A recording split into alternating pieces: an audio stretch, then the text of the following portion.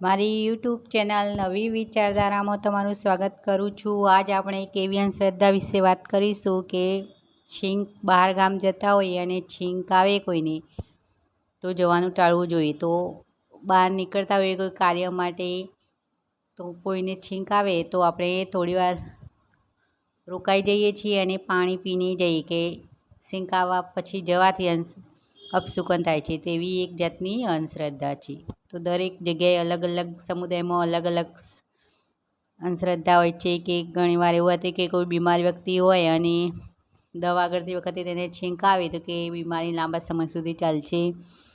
કોઈ જગ્યાએ જવું હોય ને છીંક આવે તો એક કાર્ય આપણે અટકી પડશે, તો એવી અંધશ્રદ્ધાઓ હોય છે। તો આપણે પહેલાંના સમયની વાત કરીએ તો જે સમયમાં આ અંધશ્રદ્ધા જે સમયથી પહેલાં આવી હોય તે સમયે પહેલાંના જમાનામાં છીંક આવી એટલે પહેલાંના સમયમાં આવું કોઈ દવાખાના કે આરોગ્યને લગતા કોઈ ખાસ એવી કોઈ માહિતી હોતી નહીં। અને એ સમય પહેલાંના સમયમાં ક્ષય જે ટીબીની બીમારી આપણે કહીએ જીવલેણ ગણાતી।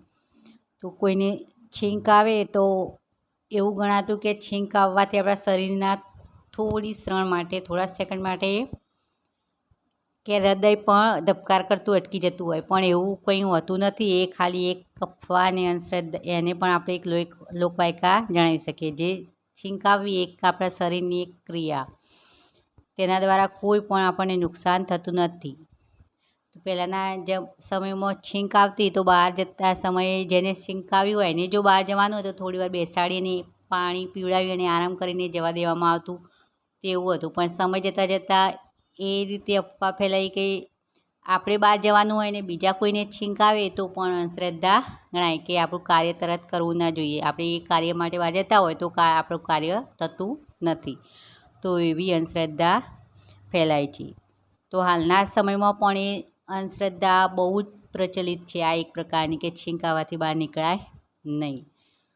તો આ ધીરે ધીરે વધુમાં આ હાલના શિક્ષિત લોકોમાં પણ આ અંધશ્રદ્ધા ફેલાયેલી હાલના સમયમાં પણ એ ફેલાયેલી છે। તો આપણે હાલના સમયની તો વાત કરીએ તો છીંક આવવાથી બહાર જતી વખતે મને ખુદને તો કોઈ જાતની કોઈ પરેશાની થતી જ નથી।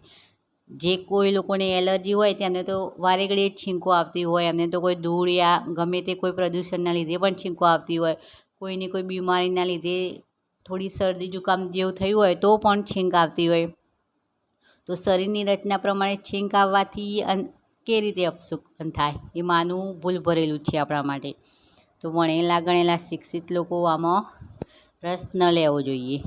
છીંક આવવાથી નુકસાન થાય તો કઈ રીતે થાય? કોઈ આપણે કાર્ય માટે 5 મિનિટ કોઈ બસ યા ટ્રેનમાં આપણે જવાનું હોય, કોઈ સાધન લેવાનું હોય અને 5 મિનિટ પહેલાં આપણે ઘરથી નીકળતા હોઈએ, 5 મિનિટ જ 3 વાગ્યાની ટ્રેન લેવી હોય આપણે કે બસ લેવાની હોય અને 3માં 5 વાગ્યું હોય અને આપણે ઘરેથી નીકળતા હોઈએ સ્ટેન્ડ જવા, અને જો કોઈને છીંક આવી જાય તો આપણે થોડીવાર રોકાઈ જઈએ અને પાણી પીને પછી 5 મિનિટ લેટ નીકળીએ તો એ સાધન જતું જ રહેવાનું। તો આપણે માનીએ કે જો છીંક આવીને તો અપશુકન થયા, પણ છીંક આવવાથી અપશુકન નથી થતા, એ આપણે રોકાઈ અને 5 મિનિટ લેટ કર્યું એનાથી આપણને આપણું કાર્ય અટકી પડ્યું।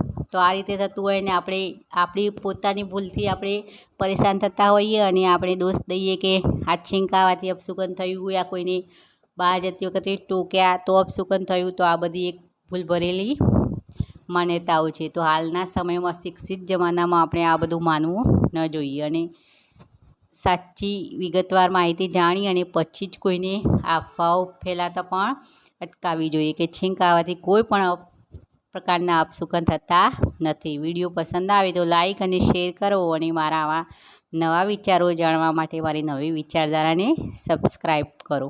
ફરી મળીશું નવા કોઈ વિચાર સાથે નવી વિચારધારામાં।